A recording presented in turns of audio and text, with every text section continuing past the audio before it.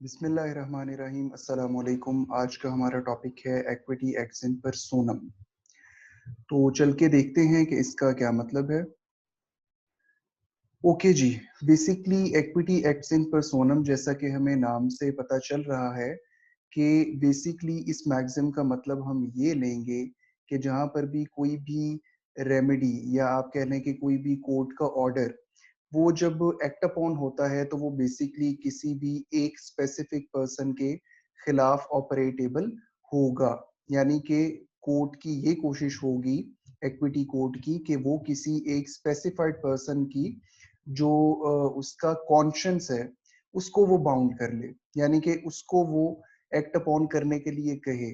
ठीक है, एक चीज होती है जिसको हम कहते हैं इन रेम। ठीक है, तो इन रेम बेसिकली यहाँ पर हम डिफरेंशिएट करेंगे इन दोनों कॉन्सेप्ट्स को कॉमन लॉ के हवाले से, कॉमन लॉ कोर्ट्स के हवाले से, और इसके अलावा जो हमारे पास कोर्ट्स ऑफ चांसरी थी या फिर जिनको हम इक्विटी कोर्ट्स भी कहते हैं उनके हवाले से। अब ये जो कॉमन लॉ कोर्ट्स का ऑर्डर होता था ये बेसिकली ऑपरेटेबल होता था अगेंस्ट पब्लिक एट लार्ज।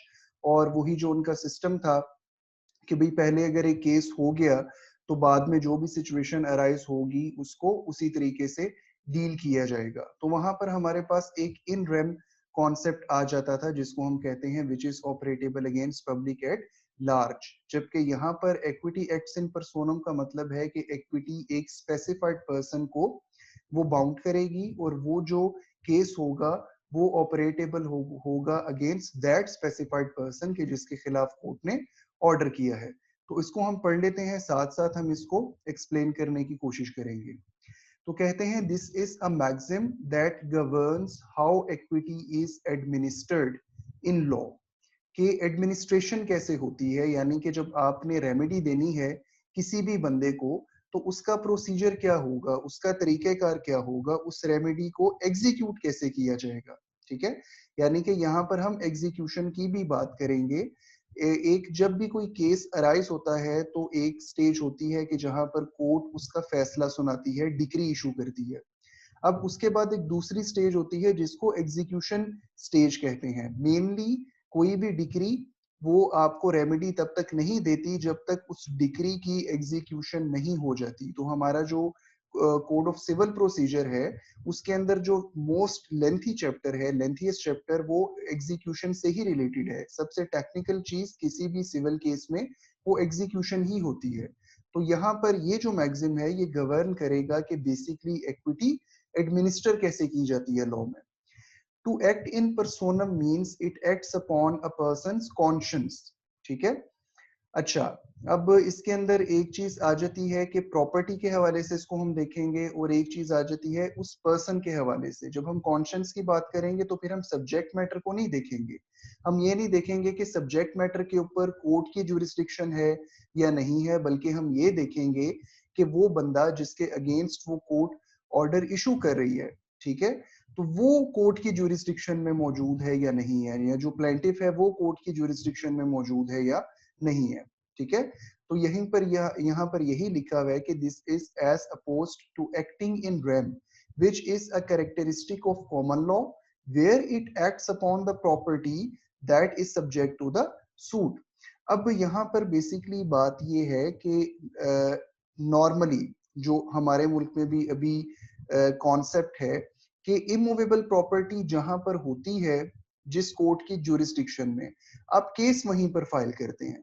जैसा कि अगर एक पर्सन है प्लेंटिफ, वो लाहौर का रेजिडेंट है, जो डिफेंडेंट है वो इस्लामाबाद का रेजिडेंट है, लेकिन जो प्रॉपर्टी है वो रावलपिंडी में फॉल करती है, तो टेक्निकली वो केस रावलपिंडी में ही फाइल किया जाएगा। ठीक है, ये बेसिस है जो कि अभी हमारे कंट्री के अंदर according to section 16 of code of civil procedure, जिसका मैं बाद में भी जिक्र करूंगा, उसके मुताबिक ये चीजें ऑपरेट होती हैं। यहाँ पर इन चीजों को बताने का मकसद ये है कि आपको ऑलरेडी इस चीज की समझ आ जाए कि बेसिकली हम पढ़ क्या रहे हैं। ठीक है, तो वहां पर ये कहता है this is as oppose to acting in rem which is a characteristic of common law where it acts upon the property that is subject to the suit. अब यहाँ पर बेसिकली जो कॉमन लॉ वाली बात बताई हुई है, हमारे मुल्क में भी वही सिस्टम है कि हमने सब्जेक्ट मैटर को देखना है। हमने ये नहीं देखना कि प्लेंटिफ कोर्ट की जुरिस्डिक्शन में है, डिफेंडेंट है या नहीं है। लेकिन अगर प्रॉपर्टी कोर्ट की ज्यूरिसडिक्शन में है तो फिर वो कोर्ट फैसला कर सकती है। अगर प्रॉपर्टी ज्यूरिसडिक्शन में नहीं है, चाहे फिर प्लेंटिफ हो या डिफेंडेंट हो, ठीक है, तो उसमें कोर्ट फैसला नहीं कर सकती। मिसाल के तौर पर प्लेंटिफ और डिफेंडेंट वो दोनों ही रावलपिंडी के रिहायशी हैं, ठीक है, लेकिन उनकी प्रॉपर्टी पड़ी हुई है डिस्प्यूटेड लैंड, वो इस्लामाबाद में है, तो फिर भी जो सूट फाइल होगा वो इस्लामाबाद में होगा, रावलपिंडी में नहीं होगा। ये सिचुएशन आगे जो अभी पाकिस्तान में प्रेवेलेंट है उसके कॉन्टेक्स्ट में आप इसको देखते चलिए। This maxim comes in handy with regard to properties held abroad. अब ये चीज इसकी बेसिकली एप्लीकेशन की तरफ हमें लेकर जाता है। इसकी सिग्निफिकेंस ये है उस सिस्टम में जो इक्विटी कोर्ट्स का सिस्टम है कि ये जो प्रॉपर्टीज अब्रॉड हैं, यहाँ पर अब्रॉड से मुराद है जो बाहर के मुल्क में प्रॉपर्टीज हैं, ठीक है, वहां पर ये मैक्सिम किसी भी बंदे को वो बाउंड कर सकता है। यानी यहाँ पर क्या होगा कि प्लेंटिफ डिफेंडेंट वो यहाँ पर है, ठीक है, एक मुल्क की कोर्ट में उसकी ज्यूरिसडिक्शन में, जो प्रॉपर्टीज हैं वो उनकी किसी दूसरे मुल्क में पड़ी हुई हैं। तो यहाँ पर फिर ये कॉन्सेप्ट ये कहता है कि भाई हमने बाउंड किसको कर लिया, परसोनम को, पर्सन को, उसके कॉन्शियंस को, प्रॉपर्टी से कोई लेना देना नहीं है, प्रॉपर्टी बेशक वो बाहर के मुल्क में पड़ी हो, ठीक है, तो जब हम उसके कॉन्शियंस को बाउंड कर लेंगे तो वो बंदा ऑटोमेटिकली बाहर की प्रॉपर्टीज के हवाले से भी इक्विटेबल जो उसका कॉम्प्रोमाइज है या रेमेडी है वो दूसरे पर्सन को दे देगा। तो ये इसका मतलब हो जाएगा।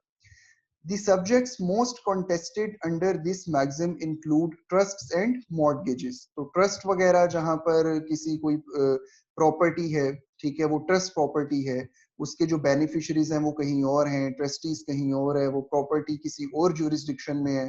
इसी तरीके से मॉर्टगेजेस के हवाले से कि भाई हमने प्रॉपर्टी, एक मॉर्टगेजर है उसने प्रॉपर्टी मॉर्टगेज कर दी किसी अब्रॉड, किसी दूसरी ज्यूरिसडिक्शन में, तो फिर उसको हम किस तरीके से ऑपरेट करेंगे, तो वहां पर फिर ये मैक्सिम हमें फायदा देगा। ओके जी, अब कहते हैं courts of equity described as courts of conscience operate primarily in personam binding the conscience of a person and thus bringing an individual's conscience under its sway. Its decrees were regarded not merely as decisions concerning the rights and properties in dispute, but as decrees, decisions and directions, positive or negative, addressed to the individual party और parties. तो ये हमने बड़ी thoroughly इन सारी चीजों को discuss कर लिया है, तो हम अब आगे चलते हैं। ओके जी, thus on one side an individual's conscience was sought to be bound, and on the other the chancellor exercised his jurisdiction guided according to his own conscience, ठीक है, तो यानी कि वो जो चांसलर होता था, लॉर्ड चांसलर, तो वो भी अपने कॉन्शियंस के मुताबिक उस ज्यूरिसडिक्शन को एक्सरसाइज कर लेता था, क्योंकि बेसिकली जो ये सारा का सारा हम इक्विटी पढ़ रहे हैं ये लॉ ऑफ कॉन्शियंस ही है, ये पहले दिन से हम बात कर रहे हैं। आगे कहता है this magazine being descriptive of the equity courts procedure covers a large portion of its procedural and remedial action. अब ये कहता है कि ये जो मैगजीन है ये डिस्क्रिप्टिव है कोर्ट प्रोसीजर का, जैसे मैंने पहले बताया एग्जीक्यूशन स्टेज होती है, ठीक है, तो ये यहाँ पर बात की जा रही है। अब यहाँ पर अगेन आ गया concept of execution in personam. Common law courts used to take possession of property by force, but here equity binds the defendant to act upon court's order. Otherwise, possession will be taken by way of execution. अब यहाँ पर simply ये होता है कि पहले जो common law courts थी वो क्या करती थी, उनके अंदर एक स्पेसिफिक काइंड की रेट्स वगैरह इशू की जाती थी, छोटी छोटी वो एक आप कह लेंगे पर्चियां सी होती थी, और उसके अंदर वो जो रेमेडीज होती थी कि भाई फलां बंदे ने मेरी प्रॉपर्टी ले ली, तो उसी टाइम वो कोर्ट के जो पर्सनल था वो जाता था और वहां से वो बाय फोर्स उनसे वो ले लेता था, ठीक है, तो there was no specific system. अब जब ये इक्विटी कोर्ट्स आई तो वो बेसिकली पहली स्टेज पर क्या करती हैं, वो बाइंड करती हैं डिफेंडेंट को कि भाई कोर्ट का ऑर्डर हो गया तो उसको चाहिए कि वो खुद लाकर वो चीज कोर्ट के हवाले कर दे। अगर वो ऐसा नहीं करता तो फिर जो प्लेंटिफ है उसको वो एग्जीक्यूशन फाइल करनी पड़ेगी और फिर वो कोर्ट उसको एग्जीक्यूट करवाएगी, उसका एक अलग से प्रॉपर प्रोसीजर मौजूद है। तो आज हमारे यहाँ जो सिस्टम है कोड ऑफ सिविल प्रोसीजर में, उसके अंदर भी जब कोर्ट की डिक्री आ जाती है, फैसला हो जाता है, तो फिर उसके बाद हमें एग्जीक्यूशन पिटीशन या एग्जीक्यूशन एप्लीकेशन फाइल करनी होती है, और वो एक अलग केस की तरह चलती है। और उसके अंदर जो डिफरेंट मोड्स होते हैं, जैसे कि एक बंदे को पहले समन किया जाता है, ठीक है, अगर वो नहीं आता फिर भी, तो फिर उसके वारंट इशू कर दिए जाते हैं। अगर वो फिर भी नहीं आता तो फिर उसकी प्रॉपर्टी या जो भी अकाउंट्स वगैरह होते हैं वो अटैच कर लिए जाते हैं, और जो भी उसने प्लेंटिफ का डिक्री होल्डर का देना होता है तो उसके उस प्रॉपर्टी या फिर अकाउंट्स में से वो डिडक्शन कर ली जाती है। तो ये बेसिकली प्रोसीजर है एग्जीक्यूशन का। ओके जी, अब ये ग्राउंड्स फॉर एप्लीकेशन है और यही तकरीबन इसकी लिमिटेशंस भी हैं, तो इनको हम देख लेते हैं। Number one, the defendant must be within the jurisdiction. यही बात जो मैंने पहले डिस्कस की थी कि डिफेंडेंट को कोर्ट की ज्यूरिसडिक्शन में होना चाहिए। अगर डिफेंडेंट कोर्ट की ज्यूरिसडिक्शन में नहीं है तो प्रॉपर्टी जिसके के ऊपर वो केस हो रहा है, प्रॉपर्टी बेशक ज्यूरिसडिक्शन में हो, तो ये मैक्सिमम अप्लाई नहीं होगा। डिफेंडेंट का होना सबसे पहले जरूरी है। Second, the maxim cannot be relied on to grant an order in person when such will violate legal rules of another country. अब ये भी होना चाहिए, आगे हम केसेस पढ़ेंगे तो हमें पता चलेगा कि कोई भी कोर्ट, किसी एक मुल्क की कोर्ट कोई ऐसा डिसीजन इशू नहीं कर सकती कि जब आप किसी दूसरे मुल्क में जाके एग्जीक्यूशन करें तो उसके लीगल रूल्स की वॉयलेशन हो। यानी कि यहाँ पर लॉ कुछ हो रहा है, वहां पर लॉ कुछ हो रहा है, तो फिर वो डिस्प्यूट क्रिएट हो जाएगा। तो हमने ये भी देखना है कि जिस ज्यूरिसडिक्शन के लिए, जिस मुल्क के लिए वो कोर्ट ऑर्डर कर रही है, वहां के लीगल रूल्स मुतासिर नहीं होने चाहिए। थर्ड पे कहते हैं the maxim will not be relied upon to grant an order which would not be enforceable since equity does not act in vain. Enforceability वही जो भी हम एग्जीक्यूशन की बात कर रहे थे, ठीक है। तो एग्जीक्यूशन होनी, आप कह लें कि पॉसिबल हो कि उस ऑर्डर की एग्जीक्यूशन हो सके, ठीक है। तो अगर एग्जीक्यूशन नहीं है तो फिर उसका कोई फायदा नहीं होगा। जैसे डिक्लेरेशन के केसेस होते हैं, सिंपल डिक्लेरेशन के, जहां पर कोर्ट डिक्लेयर कर देती है कि भाई फलां बंदे का ये राइट है, ठीक है, तो उसकी फिर एग्जीक्यूशन उनकी नहीं होती। जैसे कुछ केसेस होते हैं उनके, आप डिक्लेरेशन के साथ आप कुछ और चीज मांग लेते हैं, जैसे प्रॉपर्टी है ना, उसमें आप क्या करेंगे, डिक्लेरेशन मांगेंगे कि भाई मुझे इसका मालिक डिक्लेयर किया जाए। अगर तो आपने सिर्फ ये मांगा है तो उसकी एग्जीक्यूशन नहीं है, क्योंकि वो सिंपल डिक्लेरेशन है। अगर आप कहते हैं कि नहीं मुझे साथ साथ पोजेशन भी दी जाए, तो फिर पोजेशन लेने के लिए कोर्ट उसको एग्जीक्यूट करेगी, ठीक है। तो यहाँ पर वो एनफोर्सेबल होना चाहिए, एग्जीक्यूटेबल होना चाहिए, फिर ये मैक्सिमम अप्लाई होगा। ओके जी, अब हम केसेस की तरफ आते हैं। सबसे पहले कहते हैं in Norris versus Chambers, Lord Campbell stated that a court ought not give an order which is not applicable without the intervention of a foreign court, ठीक है। तो यहाँ पर इस केस के अंदर लॉर्ड कैम्बल ने ये कह दिया कि किसी भी इक्विटी कोर्ट को कोई ऐसा ऑर्डर नहीं देना चाहिए which is not applicable without the intervention of a foreign court, यानी कि जहां पर किसी दूसरी कोर्ट की इंटरवेंशन के बगैर वो एप्लीकेबल ना हो, ठीक है। तो ये चीज उसके अंदर आ जाएगी। तो यानी कि अगर वो फॉरेन कोर्ट अपनी हेल्प कर सके उसमें, तो फिर वो बेहतर होगा, ठीक है, ताकि किसी और कोर्ट की, फॉरेन कोर्ट की, किसी और मुल्क की कोर्ट की हम ज्यूरिसडिक्शन में डायरेक्टली मुदाखलत ना करें।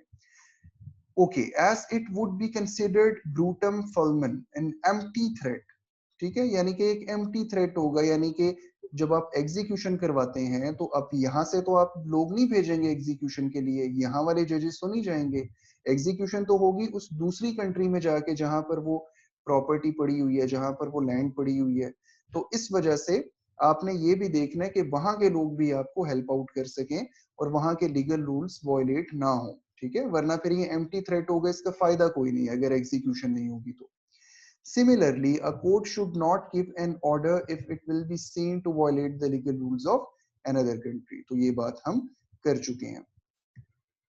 ओके जी, आगे एक बहुत ही मशहूर case, basically one of the oldest, और आप कह लें कि यहीं से एक बेहतरीन एग्जांपल इस इक्विटी एक्ट्स इन पर्सोनम की हमें इस केस में मिलती है।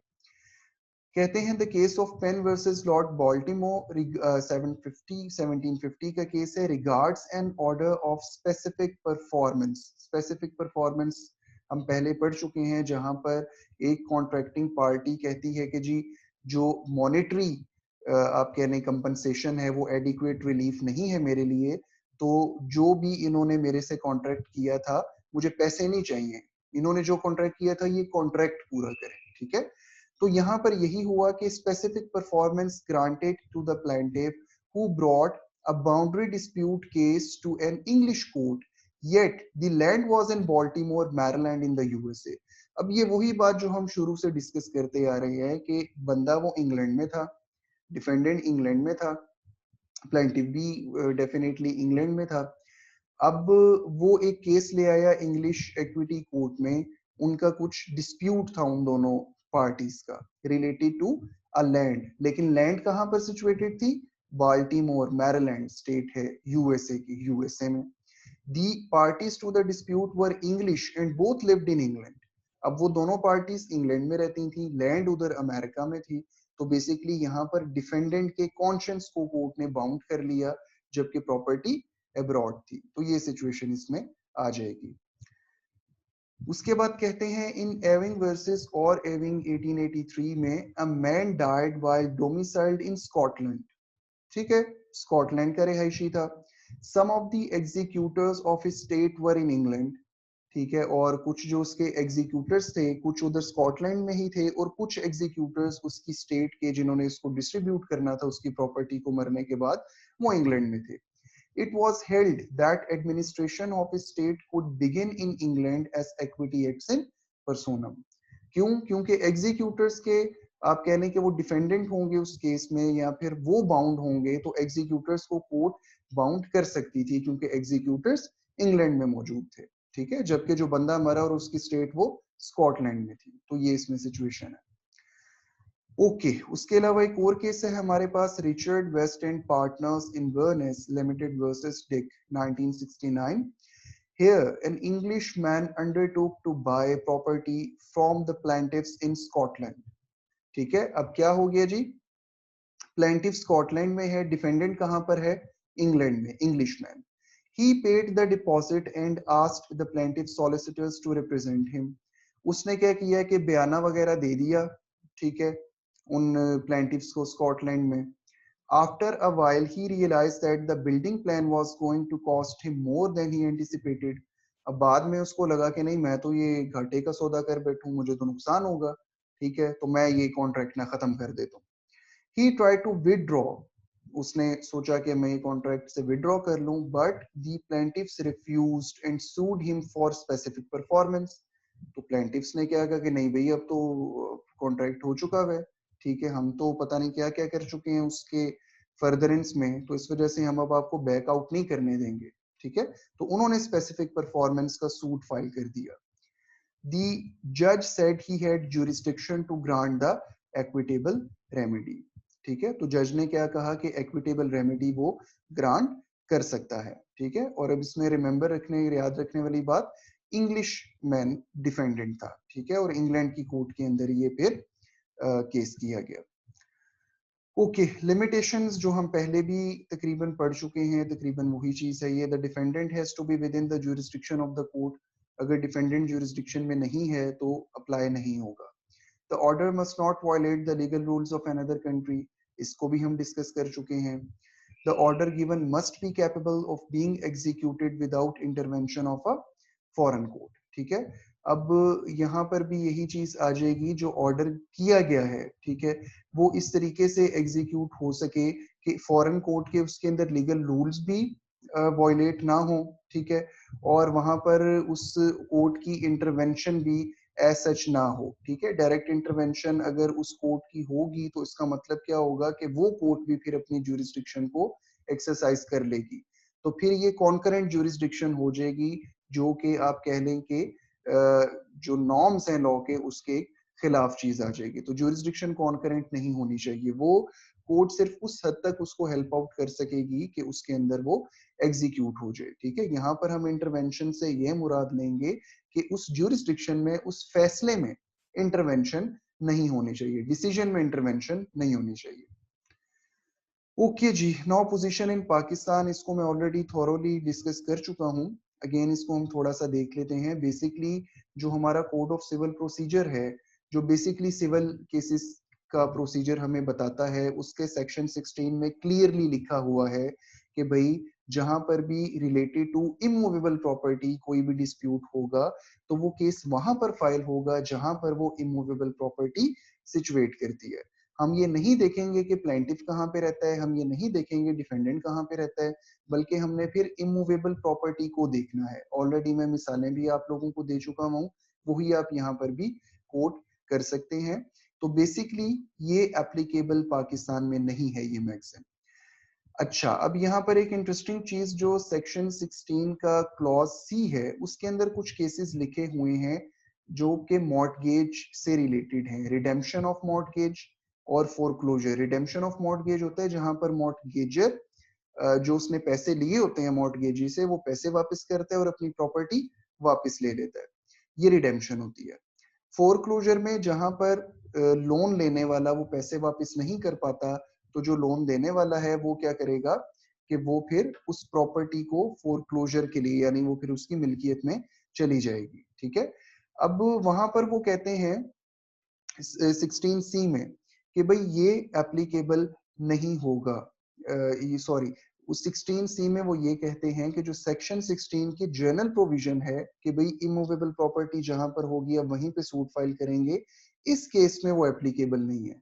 जिसका मतलब ये हो गया कि इस केस के अंदर जहां पर कॉज ऑफ एक्शन अराइज होता है, ठीक है, कॉज ऑफ एक्शन यानी जहां पर आपको, आप कह लें कि लोकस स्टैंडाई मिलता है केस फाइल करने का। ठीक है, जैसे कि अगर आप कहीं पर बैठे हैं, मॉर्टगेजर और मॉर्टगेजी, ठीक है, वो किसी और ज्यूरिसडिक्शन में है, वहां पर बैठकर वो बात करता है जी कि मैं तो अब आपका लोन वापस नहीं कर सकता, तो अगर आप प्रॉपर्टी रखना चाहते हैं तो आप रख लें। ठीक है, तो फिर वो फोरक्लोजर ऑफ मॉर्टगेज के लिए सूट फाइल कर देगा। अब प्रॉपर्टी पड़ी हुई है जी किसी और ज्यूरिसडिक्शन में, वो दोनों बैठकर बात कर रहे हैं किसी और ज्यूरिसडिक्शन में, तो फिर इसके मुताबिक वहां पर केस फाइल किया जा सकता है जहां पर वो अभी बैठे होंगे या कॉज ऑफ एक्शन अराइज हुआ है। ठीक है, लेकिन यहाँ पर अगेन इंटरेस्टिंग बात ये है कि फिर भी पाकिस्तान से बाहर नहीं जा सकते, क्योंकि जो सीपीसी है, जब आप कोई भी लॉ पढ़ते हैं तो उसके स्टार्ट के अंदर उसकी एक्सटेंशन क्लॉज होती है कि जैसे आपने पढ़ा होगा कि this is code of civil procedure 1908, it extends to the whole of Pakistan. तो मतलब ये हो गया कि अब वो सिर्फ पाकिस्तान की हद तक एप्लीकेबल है। ठीक है, पाकिस्तान की कोई भी कोर्ट किसी फॉरेन कोर्ट के हवाले से, इंग्लैंड की कोर्ट के हवाले से, इंडिया की कोर्ट के हवाले से, या आप कह लें कि साउथ अफ्रीका के कोर्ट के हवाले से, पाकिस्तानी कोर्ट कोई डिसीजन नहीं दे सकती। अगर वो दे भी देगी तो वहां पर वो एप्लीकेबल नहीं होगा, ना ही वो एग्जीक्यूटेबल होगा। ठीक है, तो जब भी जिन भी पार्टीज को बाउंड किया जा रहा है, जिन भी पार्टीज के राइट्स और ड्यूटीज बताए जा रहे हैं, वो पार्टीज जब भी पाकिस्तान में आएंगे तो उनके ऊपर वो चीजें एप्लीकेबल होंगी। ठीक है, जब तक वो पाकिस्तान से बाहर हैं तो उसके अंदर वो एप्लीकेबल नहीं होंगी। तो बेसिकली हमने ये जो Penn versus Baltimore type cases पढ़े हैं, वो सिचुएशन पाकिस्तान में फिलहाल एप्लीकेबल नहीं है। तो उम्मीद है मैं आपको समझा पाया हूँगा। मुझे इजाजत दीजिए। अल्लाह हाफिज और नासिर।